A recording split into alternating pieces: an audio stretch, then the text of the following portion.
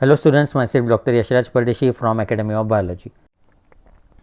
Our paired eyes are located in sockets of the skull called orbits. तो orbit is a bony part जिसमें eyes are lodge. फिर diagram 21.6 के मदद से हम पढ़ेंगे various parts of human eye. The adult human eyeball is nearly a spherical structure. The wall of the eyeball is composed of 3 layers. The external layer is composed of a dense connective tissue and is called sclera.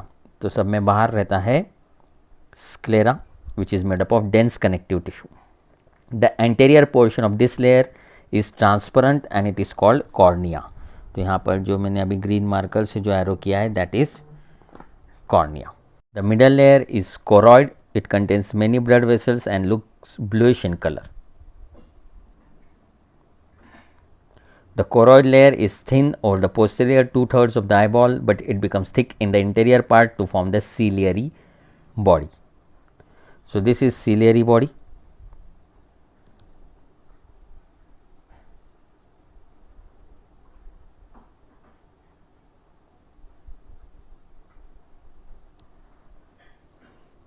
ठीक है, तो और एक बार पढ़ते हैं. Anterior portion of the dense connective tissue which is transparent is called cornea, जैसा हमने पढ़ा अभी. उसके बाद the middle layer choroid contains many blood vessels and looks bluish in colour. The choroid layer is thin over the posterior 2/3 of the eyeball. यहाँ पर posterior 2/3 मतलब मैं जो मार्क करके आपको बताता हूँ अभी, दिस इज पोस्टीरियर 2/3. यहाँ पर वो थिन रहती है and it is called choroid.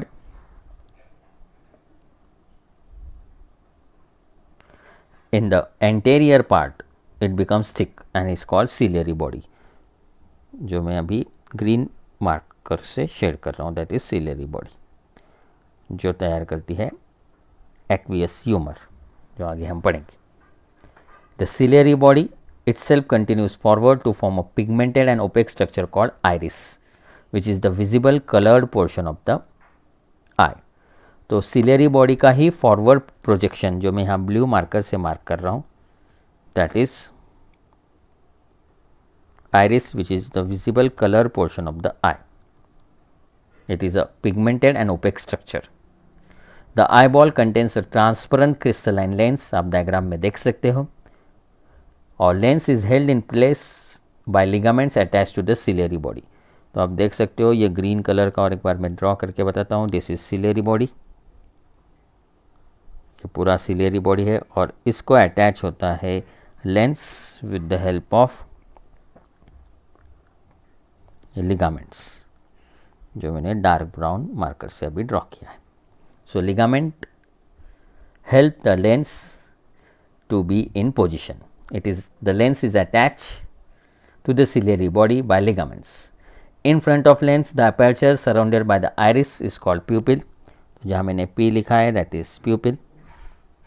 और ये pupil का डायमीटर रेगुलेट करते हैं muscle fibres of the iris. तो muscle fibre of the iris regulate the diameter of the pupil. Pupil छोटा होता है, कॉन्स्ट्रिक्ट होता है जब light is incident on the eye, और प्यूपिल गेट्स डायलेटेड इन डार्क. तो ये आपको याद रखना है about the pupil. The aperture whose opening and closing या whose diameter is regulated by muscle fibres of iris.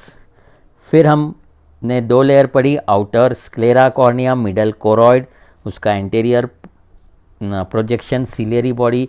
फिर हमने पढ़ा आइरिस, हमने पढ़ा प्यूपिल, हमने पढ़ा लेंस. अब हम पढ़ेंगे the inner layer retina. It contains 3 layers of neural cells from inside to outside. सब में इनर इज गैंग्लियन, जिसे मैंने जी लिखा है. Then bipolar cells and the outermost are photoreceptor cells. There are 2 types of photoreceptor cells, namely rods and the cones. These cells, that is photoreceptor cells, contain the light sensitive proteins called the photopigments. The daylight, that is photopic vision, and color vision are functions of cones, and the twilight, that is scotopic vision, is the function of rods. फिर आपको learn करके रखना है NCERT 324 page number से, the rods contain a purplish red protein called rhodopsin और visual purple which contains a derivative of vitamin A that is retinol. तो बेटा NEET point of view से आपको याद रखना है क्या रॉड्स में एक पर्पलिश रेड प्रोटीन होता है, इसका कलर पूछते हैं, that is called visual purple या rhodopsin, which contains a derivative of vitamin A that is retinol. Vitamin A से रिलेटेड ये प्रोटीन होता है। ह्यूमन आई में there are 3 different types of cones which possess their own characteristic photopigments that respond to red, green and blue lights. The sensation of different colors are produced by various combination of these cones and their photopigments. When these cones are stimulated equally, a sensation of white light is perceived. या a white light is produced. Sensation of white light is produced. तो ये सब आपको मिलेगा NCERT page number 324 पर, second paragraph. फिर optic nerves के बारे में दिया है डिटेल में, the optic nerves leave the eye. तो optic nerve which is the second cranial nerve, आप देख सकते हो इस डायग्राम में, रेटिना के गैंग्लियन सेल्स, नर्व सेल्स मिलकर वो तैयार करते हैं optic. The optic nerves leave the eye and retinal blood vessels enter it at a point medial to and slightly above the posterior pole of the eyeball. तो जिसे मैं P लिखता हूँ दूसरे मार्कर से, वो है समझो पोस्टीरियर पोल और ये है एंटीरियर पोल जिसे ए लिखा है। तो आपको याद रखना है सिर्फ कि ऑप्टिक नर्व्स बाहर जाती है आईबॉल के and they go towards the optic lobe and in that same area retinal blood vessels enter into the eyeball. Photoreceptor cells are not present in this region and hence it is called blind spot. तो इस diagram में आप देख सकते हो, मैं zoom in करके बताता हूँ और आपको ब्लैक मार्कर से मार्क करके भी बताता हूँ, दिस इज़ ब्लाइंड स्पॉट, जो मैं अभी येलो मार्कर से मार्क कर रहा हूँ, this is blind spot. Okay, तो ये आपको याद रखना है about blind spot. At the posterior pole of the eye lateral to blind spot, blind spot के थोड़े से लैटरल साइड में येलोइश पिगमेंटेड स्पॉट होता है, जो मैंने अभी मार्क किया है। That yellowish pigmented spot is called macula lutea, और उसमें एक छोटा पिट होता है जिसे कहते हैं फोविया। तो ये है फॉर एग्जाम्पल मैक्यूला लूटिया और उसमें का pit is fovea, the pit is called fovea. ठीक है, तो ये आपको याद रखना है, it is just lateral to the blind spot. याद रखना ब्लाइंड स्पॉट पे no photoreceptor cells are present, but at fovea which is a thinned out portion of retina cones are densely pack. I will repeat, blind spot पे कोई भी photo receptor cells नहीं होते, लेकिन macula लूटिया जो thinned out portion है, लेकिन fovea जो थिन्ड आउट पोर्शन है, जो मैक्यूला लूटिया के अंदर होता है, किसका थिन्ड आउट पोर्शन है फोविया? रेटिना का। रेटिना के थिन्ड आउट पोर्शन जिसे कहते हैं फोविया, वहाँ पर कोन्स रहते हैं densely pack. So here cones are densely pack and it is the point where visual acuity, that is resolution, is greatest. So the greatest visual acuity या resolution is seen in the foveal part of the retina.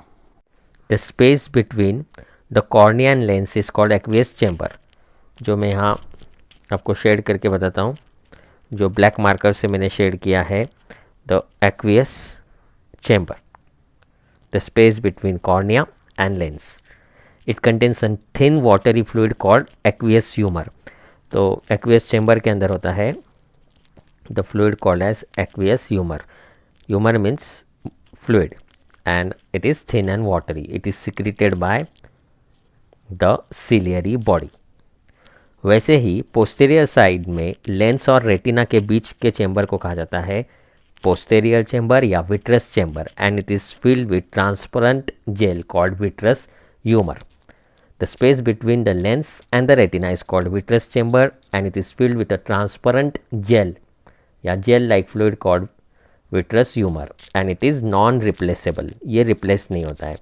Aqueous humor is drained and replaced from time to time, but vitreous chamber has vitreous humor which is non-replaceable.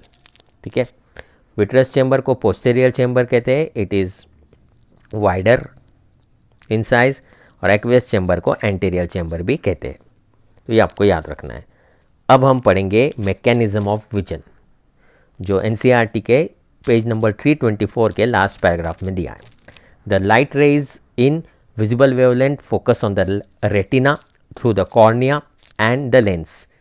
तो cornea और lens के ज़रिए या through the cornea and lens the light rays are focus on the retina where potentials are generated in the rods and cones, that is photoreceptor cells. जैसा NCERT लिखता है, as mentioned earlier, the photosensitive compound, that is photopigments in the human eye, is composed of retinal and aldehyde of vitamin A and opsin, a protein that is called rhodopsin. तो rhodopsin नाम का जो फोटोपिगमेंट होता है,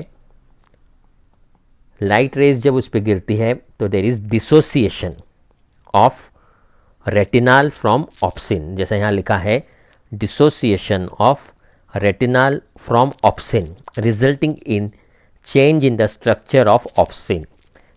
तो dissociation हुआ rhodopsin का, that is retinal, that is vitamin A derivative obscene से अलग हुआ और उस कारण ऑप्सिन का स्ट्रक्चर चेंज होता है। There is change in the structure of obscene. तो ये आपको याद रखना है। फिर एनसीईआरटी लिखता है, there is change in membrane permeability. ठीक है, ये डिसोसिएशन के कारण ऑप्सिन का स्ट्रक्चर चेंज हुआ और उस कारण मेम्ब्रेन परमेबिलिटी चेंज होती है, वहाँ के सेल्स की मेम्ब्रेन परमेबिलिटी चेंज होती है। As a result potential differences are generated in photoreceptor cell. जैसा मैंने लिखा है, जनरेशन ऑफ पीडी मतलब potential difference in the photoreceptor cells. This produces a signal that generates action potential in bipolar cells and then into the ganglion cells. तो photoreceptor sales से action potential पास होता है bipolar sales of retina में और फिर action potential जाता है ganglion cells में। These action potentials are then transmitted by the optic nerve, that is the second cranial nerve. A pair of optic nerve transmits this action potential to the visual cortex, that is occipital lobe of the brain. इस area में neural impulses का analysis होता है। जैसे यहाँ लिखा है, neural impulses are analyse and the image form on the retina is recognise based on earlier memory and experience. Image form on the retina is recognized on the basis of earlier memory and experience. तो हम पहले से एक बार देखते हैं। Light rays cornea और lens के through pass हुई, फिर डिसोसिएशन हुआ रोडोप्सिन का, दैट इज़ रेटिनल का, फ्रॉम ऑप्सिन। चेंज हुआ स्ट्रक्चर ऑप्सिन का, मेम्ब्रेन परमेबिलिटी चेंज हुई वहाँ के सेल्स की, पोटेंशियल डिफरेंस जनरेट हुआ फोटो रिसेप्टर सेल्स में, फिर वो एक्शन पोटेंशियल के फॉर्म में बाइपोलर सेल्स के ज़रिए गैंग्लियन सेल्स तक गया। गैंग्लियन सेल्स ने बनाई ऑप्टिक नर्व और ऑप्टिक नर्व के ज़रिए वो visual cortex area of the brain में गया। वहाँ पर न्यूरल इम्पल्सेस का एनालिसिस हुआ। इमेज जो बनी थी रेटिना पे वो रिकॉग्नाइज हुई based on earlier memory and experience. So this is about mechanism of vision. अब अपने नोट्स में कुछ पॉइंट दिए हैं, आपको जस्ट गो थ्रू करना है उन पॉइंट्स को। अबाउट आईलिड्स, फिर थर्ड आईलिड, निक्टेटिंग मेम्ब्रेन जिसको प्लिका सेमिलुनारिस भी कहते हैं, muscles of eyeballs, superior, inferior, medial and lateral rectus and the two oblique muscles are superior oblique and inferior oblique. ठीक है, तो ऑब्लिक मसल्स कौन से दो होते हैं, यहाँ पर करेक्शन कर लेना, superior oblique and inferior oblique. ठीक है, फिर नर्व सप्लाई भी दिया है वो आप देख सकते हो। फिर विट्रस चैम्बर में होता है vitreous humour, it contains the polysaccharide hyaluronic acid as well as fibrillar protein. फिर ciliary body secretes aqueous and vitreous humour. Canal of Schlemm नाम का एक स्ट्रक्चर होता है जो एक्वियस ह्यूमर के ड्रेनेज में मदद करता है। फिर एमैक्रिन सेल्स होते हैं, अपोलर न्यूरॉन्स। फिर मुलर सेल्स होते हैं, सपोर्टिंग सेल्स, ये रेटिना में पाए जाते हैं। एमैक्रिन सेल्स और मुलर सेल्स बेटा नीट में आने के चांसेस कम हैं ये सब पॉइंट्स, लेकिन आपको जस्ट गो थ्रू करना है 1 से 2 बार। मसल्स ऑफ आइरिस मिजोडर्मल नहीं होते, एक्टोडर्मल होते हैं। हाइपरमेट्रोपिया को कहा जाता है फार साइटेडनेस, मायोपिया को कहा जाता है short sightedness, presbyopia reduction in flexibility of lens and ciliary body, उसके कारण ओल्ड एज में नियर ऑब्जेक्ट्स देखने में तकलीफ होती है, दैट इज़ कॉल्ड प्रेसबायोपिया। ठीक है, सब में ज़्यादा रिफ्रैक्शन करता है कॉर्निया, उसके बाद लेंस। ज़ेरोप्थैल्मिया में कंजंक्टाइवा कॉर्निया केरेटिनाइज होते हैं, ड्राई होते हैं due to deficiency of vitamin A. Opsin is a protein, जैसा आज हमने देखा। Retinal is the aldehyde of vitamin A. Chlamydia infection, chlamydia नाम का बैक्टीरिया इन्फेक्शन कर सकता है आई का, और उससे सीवियर कंडीशन हो सकती है, आई डैमेज होती है, उसे कहते हैं ट्रैकोमा। लेंस अगर ओपेसिफिकेशन हो गया, लेंस में का ट्रांसपेरेंसी लूज हो गया, तो उसे कहते हैं कैटरैक्ट, मोती बिंदु। ग्लाकोमा में कैनल ऑफ शेल्म ब्लॉक होता है, इंट्राऑक्यूलर प्रेशर बढ़ता है और उसे कहते हैं ग्लाकोमा। फिर आपको पता होना चाहिए पावर ऑफ अकोमोडेशन, मतलब नियर ऑब्जेक्ट्स, जब हम फार ऑब्जेक्ट्स को देखते हैं और तुरंत नियर ऑब्जेक्ट्स पर अपनी आइज़ फोकस करते हैं, उसे कहते हैं पावर ऑफ अकोमोडेशन, जो आप हायर क्लासेस में पढ़ोगे। It is present only in mammals and birds. तो बेटा मैंने सिर्फ आपको ये पढ़ के बता दिया है, क्योंकि ये आने के चांसेस निग्लिजिबल है ये पार्ट, लेकिन आपको एनसीईआरटी बेस्ड पार्ट अच्छे से ये लेक्चर को सुनना है और अच्छे से रिवाइज करना है। The anatomy of I and mechanism of vision.